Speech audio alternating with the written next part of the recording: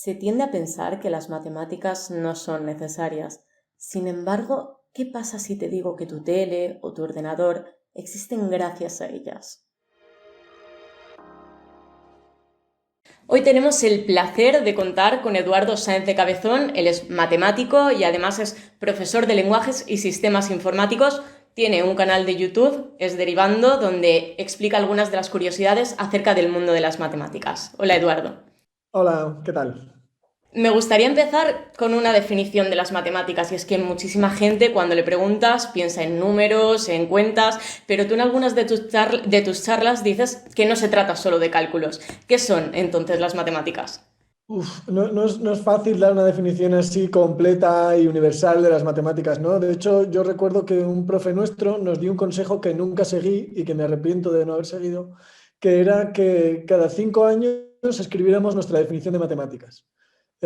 Y así yo tendría ahora mismo mi definición de matemáticas cuando empecé la carrera, cuando la terminé, cuando hice el doctorado, después de 5 años de investigación, etcétera, ¿no? Entonces tendría probablemente más claro cómo ha evolucionado mi idea de matemáticas. Pero bueno, ahora mismo yo te diría que quizá las matemáticas son el arte de encontrar patrones, de encontrar regularidades. Básicamente sería eso, ¿no? De encontrar regularidades y saberlas manejar. Entonces, cuando hablamos de números, pues las regularidades entre los números nos permiten contar, nos permiten medir, nos permiten hacer operaciones con ellos, que es un poco lo que vemos en las matemáticas, sobre todo al principio, ¿no? Pero luego realmente lo que hacemos los matemáticos, por lo menos en la investigación, es eso, encontrar regularidades o patrones. Y un ejemplo, yo creo que claro, lo estamos viendo en el tratamiento numérico o cuantitativo de los datos de la pandemia de COVID, ¿verdad? Donde podemos, a través de la cuantificación, a través de las matemáticas, encontrar la regularidad, encontrar cuál es la estructura de lo que está pasando para poder actuar sobre ello. Así que yo me quedaría con eso quizá hoy, que es el arte de buscar patrones y digo arte más que ciencia. Todos los días nos encontramos con cuestiones que nos ponen a prueba nuestra capacidad crítica. Por ejemplo, cometes un error, te preguntas el por qué, o te encuentras perdido, pues te replanteas el objetivo. Tú dices que las matemáticas son un elemento poderoso para ejercer la ciudadanía de forma crítica. ¿Cómo influyen las matemáticas en este aspecto? Bueno, vuelvo si quieres al mismo ejemplo. Cuando recibimos en las noticias datos, comparativas, estadísticas, etcétera, esos son unos números que nos permiten hacernos una idea de las situaciones, ¿no? Hacernos un análisis de la realidad más o menos adecuado y después reaccionar a ello, ¿no? Entonces, si somos capaces, pero casi siempre nos son presentados ya con una interpretación, a través de medios de comunicación o a través de las instituciones, etcétera, ¿no? Entonces, si somos capaces de distinguir la interpretación de los propios datos, seremos capaces de hacernos nuestra propia interpretación de la realidad, que puede coincidir o no con la de los medios que nos la presentan o con la de las instituciones que la presentan, ¿no? Entonces, tener esta capacidad de poder leer por nosotros mismos la realidad con los ojos matemáticos nos da, pues eso, un arma de pensamiento crítico, ¿no? Yo lo comparo mucho con si renunciáramos, por ejemplo, a la capacidad de leer. Ahí estaríamos absolutamente abocados a hacer caso a quien ya nos da la interpretación de los carteles, de los letreros, de todo, ¿no? Entonces, si nosotros tenemos la capacidad de leer, podemos distinguir si lo que nos están diciendo es lo que está escrito o no. Así que a nivel matemático podemos verlo también. Si tenemos la capacidad de entender, de leer esos datos matemáticos, sabremos distinguir si lo que está escrito es lo que nos están diciendo o no. Gracias a las aplicaciones que tienen las matemáticas, además, tenemos una serie de privilegios, como pueden ser, yo que sé, la televisión, el ordenador, el teléfono móvil, que los hemos normalizado en cierta manera y son gracias a las matemáticas. Nadie se replantea el por qué están relacionadas las matemáticas con esas cosas. Es difícil desarrollar ese pensamiento quizás abstracto que requieren las matemáticas para la gente de a pie. Yo creo que no, que realmente tenemos más de matemático de lo que nos pensamos. Yo creo que la mayor parte de la gente tenemos más capacidad y más habilidad matemática de la que creemos. Yo creo que es por dos cuestiones, ¿no? Sobre todo. Una es que existe esta especie de indefensión aprendida en la sociedad en la que pensamos que algo se nos va a dar mal y finalmente acaba dándosenos mal, ¿no? Y con las matemáticas pasa un poco eso. Tenemos tópico común de no, las matemáticas son muy difíciles, son para listos, son para no sé qué. Y no, realmente una gran parte de las matemáticas están muy al alcance de nuestra forma de pensar, porque nuestra forma de pensar es bastante matemática. Hay pocas cosas más humanas que la capacidad matemática, ¿no? Y por otro lado, yo creo que sí que nuestra propia formación, nuestros primeros contactos con las matemáticas, que son con la escuela, quizá están todavía demasiado centrados en las operaciones y no tanto en la comprensión de lo que estamos haciendo, pese a los esfuerzos que hacen muchos profesores y muchas profesoras, ¿no? Yo aquí recuerdo siempre una frase de Polya que me gusta mucho, que él decía que es más útil resolver un mismo problema de 5 formas distintas que resolver 5 problemas iguales.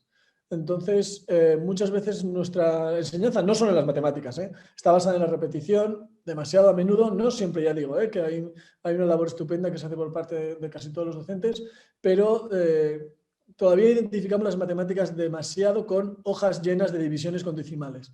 Y eso es matemáticas, por supuesto, pero las matemáticas son mucho más que eso.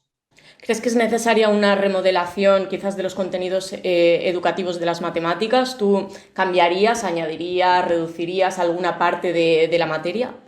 Yo creo que siempre tenemos que estar en revisión de lo que vemos, ¿no? Pues porque la sociedad va cambiando y hay una parte de la enseñanza que tiene que ir acorde a eso. Yo reduciría en general. Creo que lo que en el currículo matemático hoy día de la primaria y la secundaria, yo creo que sí reduciría algo los contenidos para verlos de una forma más intensa o más de forma que facilitemos la comprensión, ¿no? Quizá menos extensa, más intensa. Y sí que hay algunas cosas que yo añadiría. Yo creo que, por ejemplo, en la escuela ahora mismo hay una carencia de enseñar a programar, de enseñar, enseñar programación, a codificar, porque eso creo que tiene no solamente la habilidad de entender lo que son los algoritmos, que cada día están más presentes en nuestra vida, sino que lleva unas habilidades asociadas que son muy interesantes.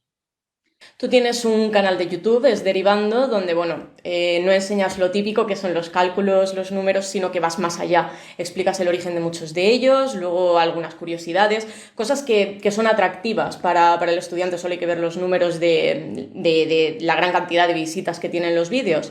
¿Crees que sería posible extrapolar estos contenidos a las aulas? Muchos son contenidos que están en las aulas. Por ejemplo, el último vídeo que salió en Derivando es sobre el teorema de Pitágoras, porque que es básicamente el único teorema que todo el mundo conoce.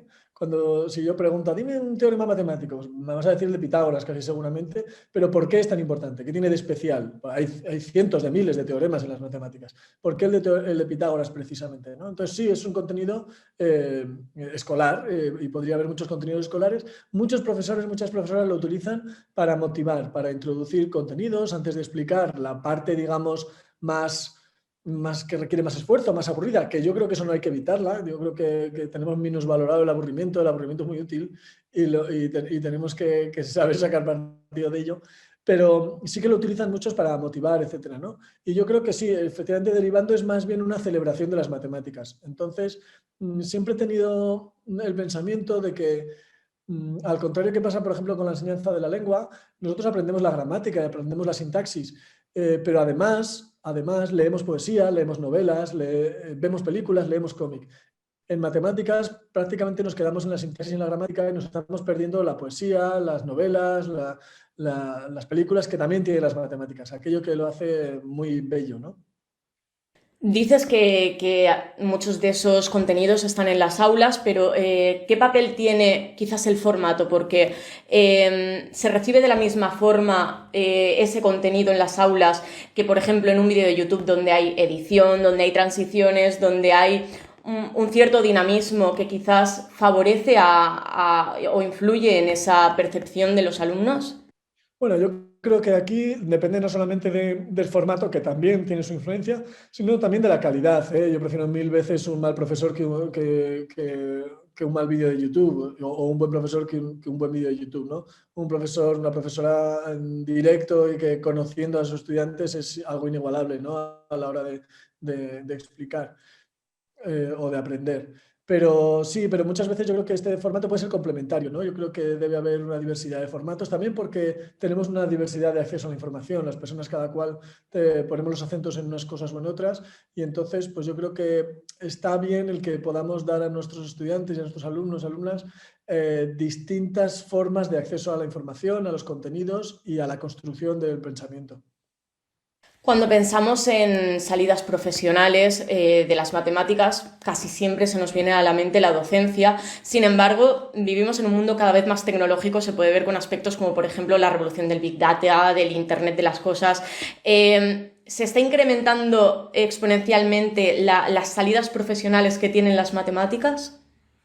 No sé si exponencialmente, pero sí, están creciendo muchísimo.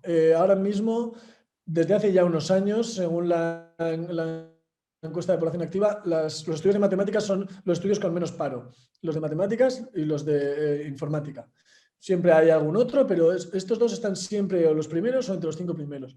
Y luego hay un informe reciente de la Sociedad Matemática Española y una consultora en la que se da el dato que a mí me parece muy interesante de que aproximadamente un tercio de todas las profesiones en España tiene una exigencia matemática alta o tiene una alta intensidad de empleo de las matemáticas. Entonces, efectivamente, hay un tercio de las profesiones, que son de entre todas las profesiones, desde panadero hasta analista de datos, un tercio de ellas utilizan una intensidad matemática alta. Así que efectivamente hay muchas salidas ahora mismo para las matemáticas, sobre todo para la gente que combine un poco lo que decías, ¿no? Capacidad de análisis de datos, capacidad de gestión informática, de programación y la capacidad de análisis de los problemas que te dan las matemáticas. Hace poco hablé con una estudiante, una ex estudiante de la universidad, que me decía que acababa de tener un trabajo en una multinacional grande. En la oferta de trabajo pedían que fuera matemático, que fuera matemática, y ella me dice, pero en mi puesto de trabajo yo no hago nada de matemáticas. Me quieren porque sabemos resolver problemas, los problemas del tipo que sean. Tú eres divulgador científico. ¿Crees que en España se hace una buena divulgación científica y por qué crees que es importante?